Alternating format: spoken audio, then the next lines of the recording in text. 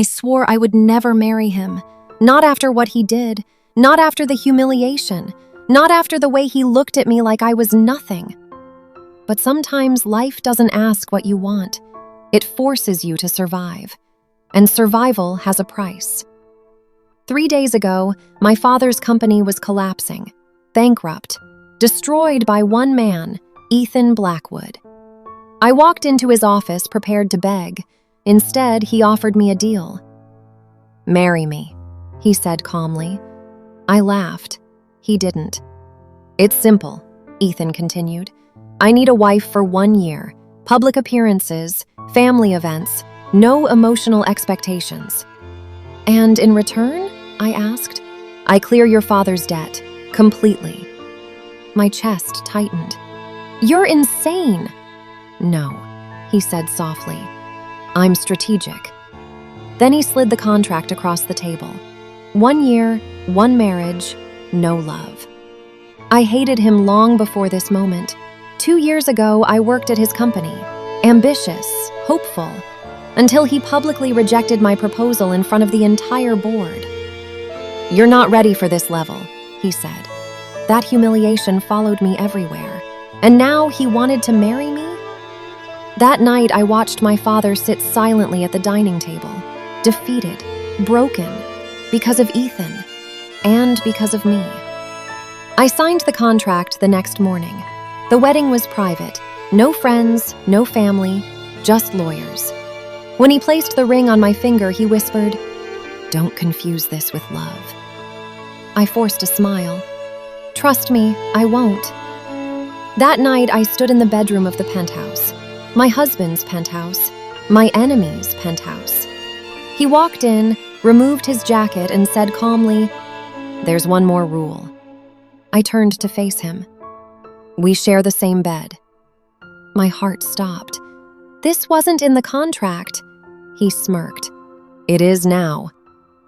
The next morning, I woke up in the penthouse, feeling trapped and uneasy. Ethan was already dressed, reading a newspaper like nothing had changed. I stared at him, heart pounding. How could I share a bed with someone I hated? Every memory of his cruelty flashed through my mind. But there was no way back now. 1 year, 1 marriage, no love. And yet, the air between us was charged with tension I couldn't ignore. I tried to keep my distance, walking to the balcony to get some air. The city lights shimmered below, but nothing could calm the storm inside me. Ethan approached quietly, his presence making my pulse quicken. "Breakfast?" he asked casually as if we were friends. I swallowed hard, forcing myself to nod. Every word he spoke, every movement, reminded me how dangerous it was to be this close to my enemy. And yet, I couldn't look away. During breakfast, silence hung heavily between us. I avoided his eyes, focusing on the food I barely tasted. But Ethan seemed to enjoy the tension, glancing up occasionally with a knowing smirk. "You think this is going to be easy?" he asked softly. I clenched my fork, heart racing. "No," I whispered. He leaned back, calm and unreadable, making me realize this contract marriage would test every limit I thought I had. By noon, I retreated to the study, pretending to work, though my mind raced with fear and frustration. Ethan's footsteps echoed behind me and I froze. "You can't hide from me," he said softly. My chest tightened. Every word, every glance from him was a reminder. This wasn't just a contract, it was a trap, and I had already fallen into it. I hated him, yet part of me couldn't stop noticing how commanding he was. Evening came, and the penthouse felt colder than usual. I sat by the window pretending to read, but my thoughts kept drifting to Ethan. The memory of his smirk at breakfast, the way he moved, the way he claimed control over every situation, it unsettled me. I knew this was just the beginning. 1 year, 1 contract, 1 enemy. And yet, as the city lights reflected in his eyes that evening, I felt a tension I couldn't ignore. Later that night, I prepared for bed, my hands trembling slightly. The contract rules haunted me. 1 bed, 1 year, no love. I tried to focus on sleep, but the sound of the door opening made my heart leap. Ethan entered, calm and poised, as if he belonged here more than I did. "Lights out?" he asked quietly. I nodded, forcing myself to turn away, though I could feel his presence lingering like a shadow I couldn't escape. I lay there, staring at the ceiling, every nerve on edge. The contract promised a year of appearances, obedience, and distance, but the reality was far more intense. Ethan's calm confidence, the way he filled the room, the unspoken tension between us, it was suffocating. 1 year, 1 marriage, no love. And yet, as I drifted into a restless sleep, I couldn't shake the thought that this arrangement would change everything, for both of us. The next morning, I woke to the city lights spilling across the penthouse floor.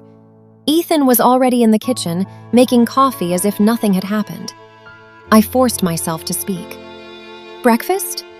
He glanced at me, his smirk teasing. "Yes," I whispered, trying to keep my voice steady.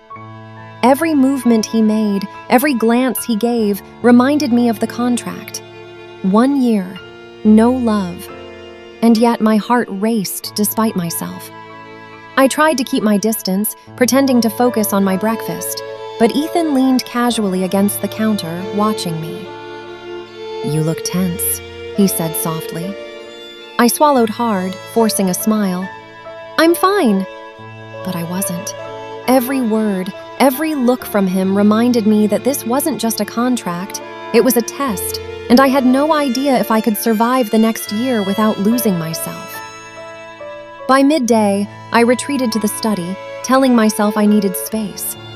Ethan's footsteps echoed softly behind me. "You can't hide," he said quietly, startling me. I clenched my hands, trying to steady my racing heart. Every interaction, every word reminded me how dangerous this marriage was. 1 year, 1 contract, 1 enemy, but the closer we were forced to be, the more I felt an unexpected tension I couldn't ignore.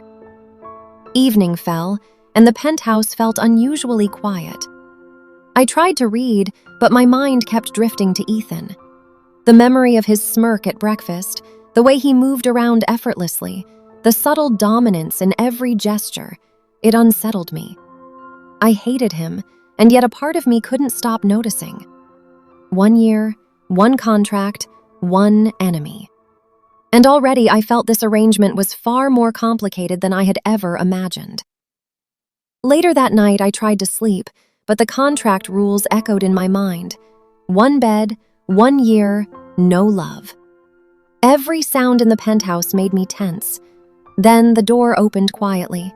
Ethan entered, calm as ever, his presence filling the room. "Lights out?" he asked softly. I nodded, forcing myself to turn away, though I could feel his gaze lingering like a shadow I couldn't escape, heavy and inescapable. I lay there, staring at the ceiling, heart racing. The contract promised distance and obedience, yet being in the same room with him made every nerve on edge. Ethan's calm confidence, the way he commanded the space, the subtle tension between us, it was suffocating. 1 year, 1 marriage, no love. And still, I couldn't stop noticing the way he made me feel, a mix of fear, frustration, and something I wasn't ready to name. The following morning, I woke early, trying to gather courage to face him.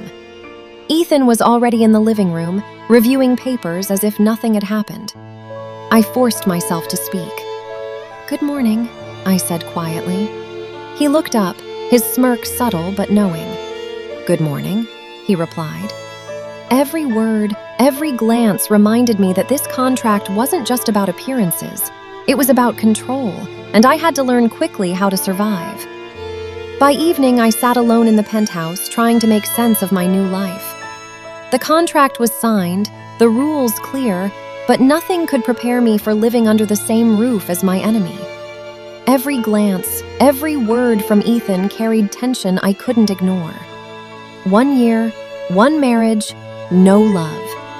And yet, as I watched him from across the room, I realized this arrangement would change us both, and nothing would ever be the same.